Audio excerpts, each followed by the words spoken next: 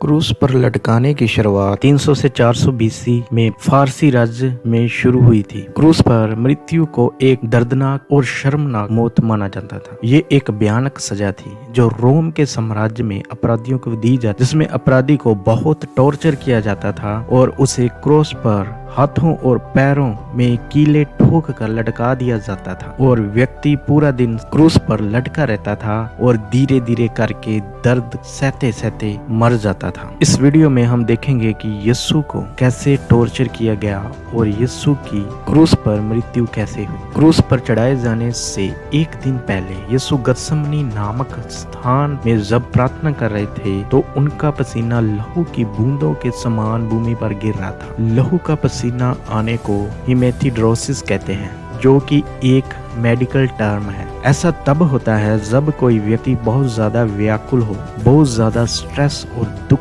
को फेस कर रहा हो। इस कंडीशन में पसीने की ग्रंथियां फट जाती है और उसमें ब्लड निकलना शुरू हो जाता है। यीशु जानते थे कि उसको कैसे टॉर्चर किया जाएगा और उसकी क्रूस पर मृत्यु कैसे होगी, इसीलिए वह प्रार्थना करते हैं कि हे पिता, हो सके तो ये कटोरा मुझसे टल जाए, तो भी जैसा मैं चाहता हूँ वैसा नहीं, परंतु जैसा तू चाहता है वैसा ही हो, क्योंकि आत्मा तो तैयार है पर शरीर दुर्लभ है। यीशु को मालूम था कि उसका शरीर को बहुत टॉर्चर सहना पड़ेगा। जब यीशु को बहुत दरिंदगी से कोड़ों से पीटा गया तो यीशु को जिस कोड़ों से पीटा गया था उस पर तीखे कीले लगी थी और एक कोड़े की मार से 2 इंच लंबा और 1 इंच गहरा जख्म होता था। और मेडिकल डॉक्टर कहते हैं कि उस जख्म को भरने के लिए 20 टांके लगते हैं और बहुत से विशेषज्ञ का मानना है कि यीशु को 39 कोड़े लगे। तो आप सोचिए कि यीशु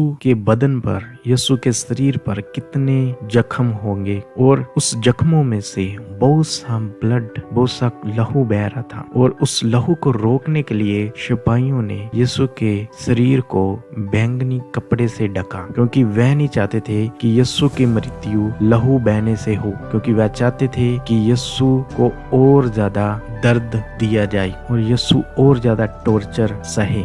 और उन्होंने यीशु के सिर पर कांटों के मुकुट को रखा और उस मुकुट को यीशु के सिर पर फिट करने के लिए उन्होंने कांटों को यीशु के सिर की चमड़ी के अंदर तक घुसाया, जिससे यीशु के सिर में बहुत सारी ब्लीडिंग हुई और यीशु का सिर लहू से भर गया। उन्होंने यीशु के मुंह पर थूका और उसे ठट्ठों में उड़ाने लगे। वह यीशु के सामने झुके और यीशु को यहूदियों का राजा कहकर संबोधित करने लगे। ऐसा उन्होंने इसलिए किया क्योंकि यीशु ने पिलातुस के सामने कहा था कि उसका राज्य इस धरती का नहीं बल्कि स्वर्ग का है। ऐसा करने के बाद उन्होंने वही बैंगनी रंग के कपड़े को यीशु के शरीर से हटाया, जिससे यीशु के जख्म फिर से खुल गए और उनमें से फिर से लहू बहने लगा। जब यीशु को बाहर लेकर आए तो यीशु का बहुत लहू बह चुका था और जिस क्रॉस को यीशु ने उठाना था उसका वजन 70 से 80 किलोग्राम के बीच था और बहुत ब्लीडिंग होने के कारण यीशु क्रूस को उठा नहीं सका। इसलिए उन्होंने शमौन नामक एक कुरैनी पुरुष को यीशु की क्रूस उठाने के लिए